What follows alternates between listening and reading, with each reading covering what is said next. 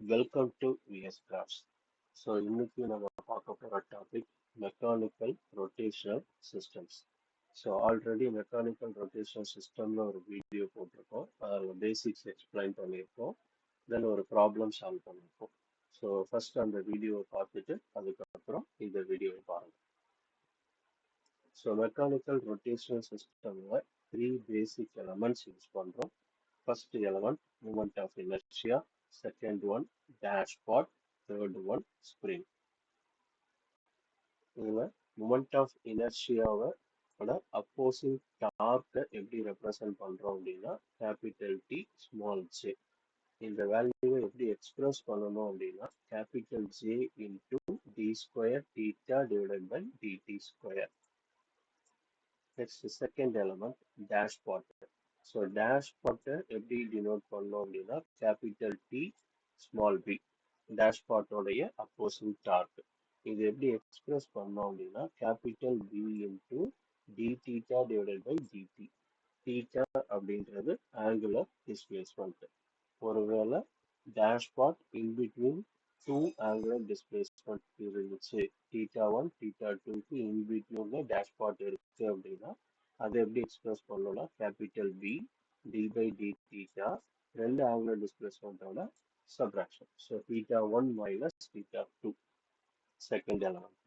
அடுத்தது third element வந்து spring. ஸ்ப்ரிங்கோடைய அப்போசிங் டார்க்கை எப்படி ரெப்ரசன்ட் பண்ணணும் அப்படின்னா கேபிட்டல் T, ஸ்மால் k. ஸ்ப்ரிங்கோட அப்போசிங் டார்க் அதை எப்படி எக்ஸ்பிரஸ் பண்ணணும் அப்படின்னா capital K into angular displacement θ. In case spring வந்து θ1 அண்ட் θ2க்கு இன் பிட்வீன்ல கனெக்ட் ஆயிருந்துச்சு அப்படின்னா அப்ப கேபிட்டல் K θ1 மைனஸ் θ2 அப்படின்னு எழுதணும். நம்ம நெக்ஸ்ட் டைரக்டா ப்ராப்ளம் போகலாம். Write the differential equations governing the mechanical rotational system shown in figure. Determine the transfer function of the system. இந்த சிஸ்டம்க்கு இப்போ நம்ம என்ன ஃபைண்ட் அவுட் பண்ண போறோம் அப்படின்னா ட்ரான்ஸ்ஃபர் ஃபங்க்ஷன் ஃபைண்ட் அவுட் பண்ணணும். இந்த சிஸ்டம்ல ரெண்டு மூமெண்ட் ஆஃப் இனர்ஷியா இருக்கு, J1 அண்ட் J2. J1 கூட என்னென்ன எலமெண்ட்லாம் கனெக்ட் ஆயிருக்குன்னு பார்த்தோம் அப்படின்னா B12ன்ற டேஷ்பாட் கனெக்ட் ஆயிருக்கு, அதுக்கப்புறம் Kன்ற ஸ்ப்ரிங் வந்து கனெக்ட் ஆயிருக்கு.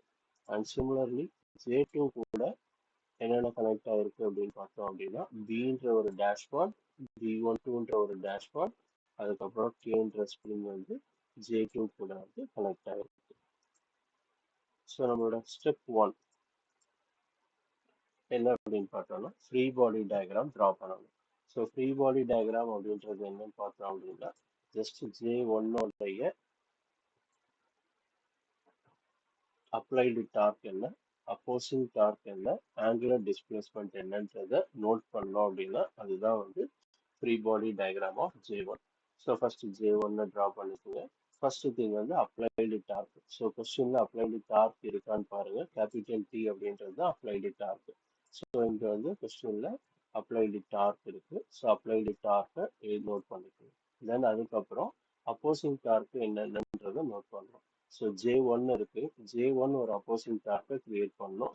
T J1, J1 உடைய அப்போசிங் டார்க். அதுக்கப்புறம் இது கூட B12ன்ற ஒரு டேஷ்பாட் கனெக்ட் ஆயிருக்கு.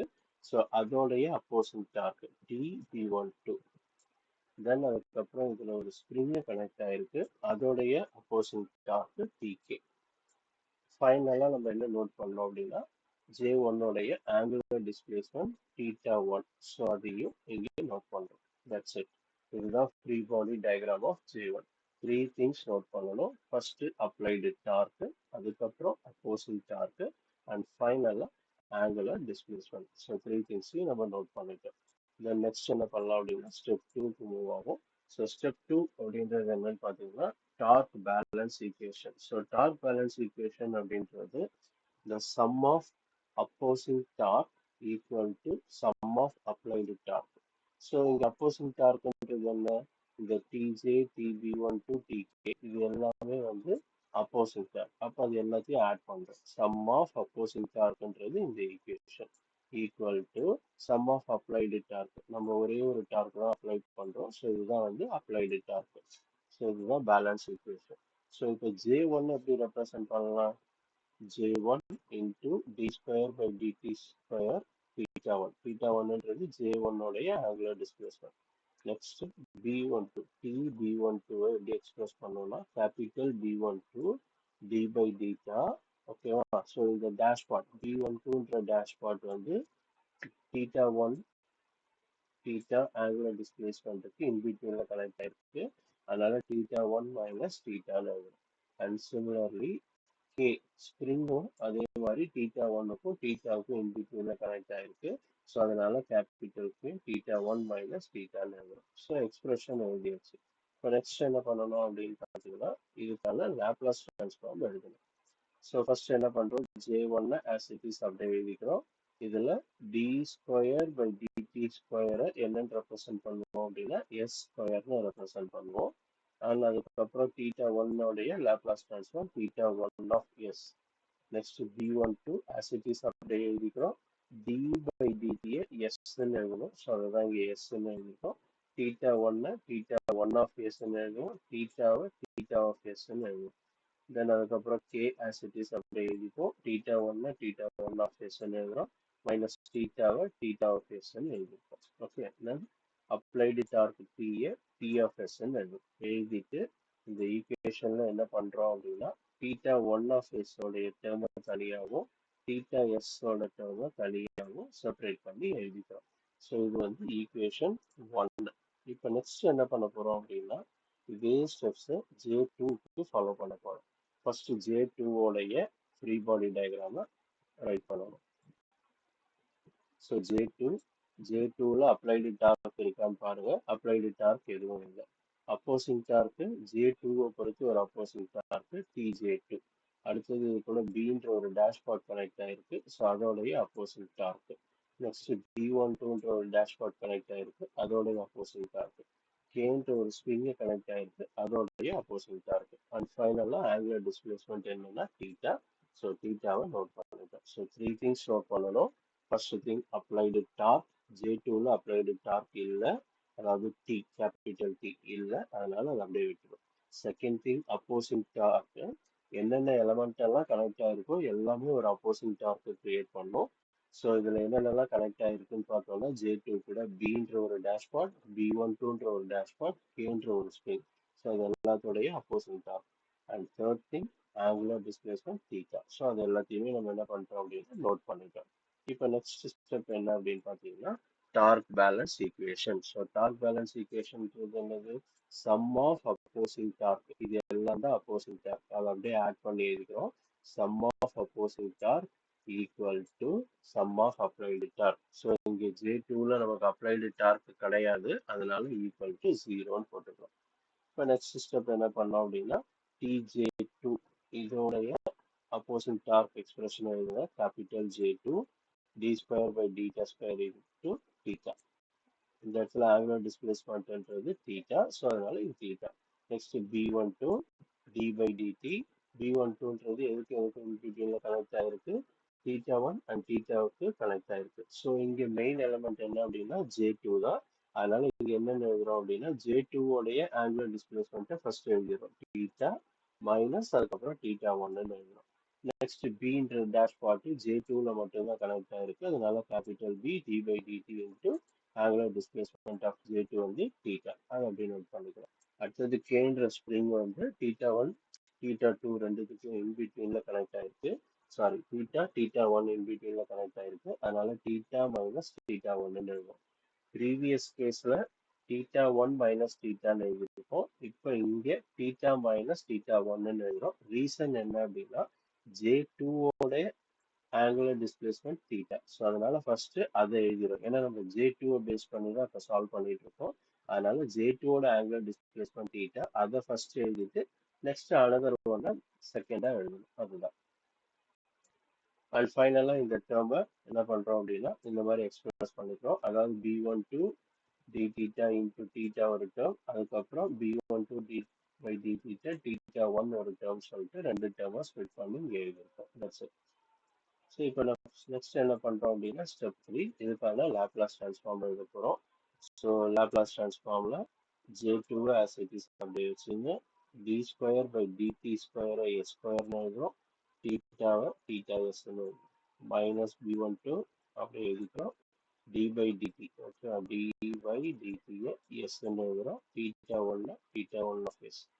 நெக்ஸ்ட் இதுலேயும் டி பை டிடியை எஸ்ன்னு எழுதிருக்கோம், இந்த தீட்டாவை தீட்டா எஸ்ன்னு எழுதுறோம், P one two plus P அப்படியே எழுதிக்கிறோம், கே அப்படியே எழுதுறோம், theta minus theta one. So theta of s minus theta one of s எழுதிட்டு இந்த எக்ஸ்பிரஷன்ல என்ன பண்றோம் அப்படின்னா தீட்டா எஸ் தனியா தீட்டா ஒன் எஸ் தனியா எழுதி இதுல இருந்து தீட்டா ஒன் எஸ்ஸோட வேல்யூ மட்டும் ஃபைண்ட் அவுட் பண்ணி வச்சுக்கணும். இந்த ஈக்குவேஷன்ல இருந்து தீட்டா ஒன் ஆஃப் எஸ்ஸோட வேல்யூவை ஃபைண்ட் அவுட் பண்ணிட்டோம். ஸோ அதுதான் வந்து என்ன அப்படின்னா ஈக்குவேஷன் டூ. நெக்ஸ்ட் என்ன பண்ணணும் அப்படின்னா இப்போ நம்ம ஃபைண்ட் அவுட் பண்ணியிருக்க ஈக்குவேஷன் டூவோட வேல்யூவை எடுத்துட்டு போயிட்டு ஈக்குவேஷன் ஒன்னில் சப்ஸ்டியூட் பண்ணணும். ஸோ இதுதான் வந்து ஈக்குவேஷன் ஒன். ஓகேவா? ஸோ ஈக்குவேஷன் டூவில் நம்ம என்ன ஃபைண்ட் அவுட் பண்ணியிருக்கோம் அப்படின்னா theta one s value find out பண்ணியிருக்கோம். அந்த ஒன் எஸ் வேல்யூவை அப்படியே எடுத்துட்டு வந்து என்ன பண்ணுறோம் அப்படின்னா இங்கே சப்ஸ்டியூட் பண்ணுறோம். ஓகேவா? இது வந்து தீட்டா ஒன் ஆஃப் எஸ்ஸோட வேல்யூ.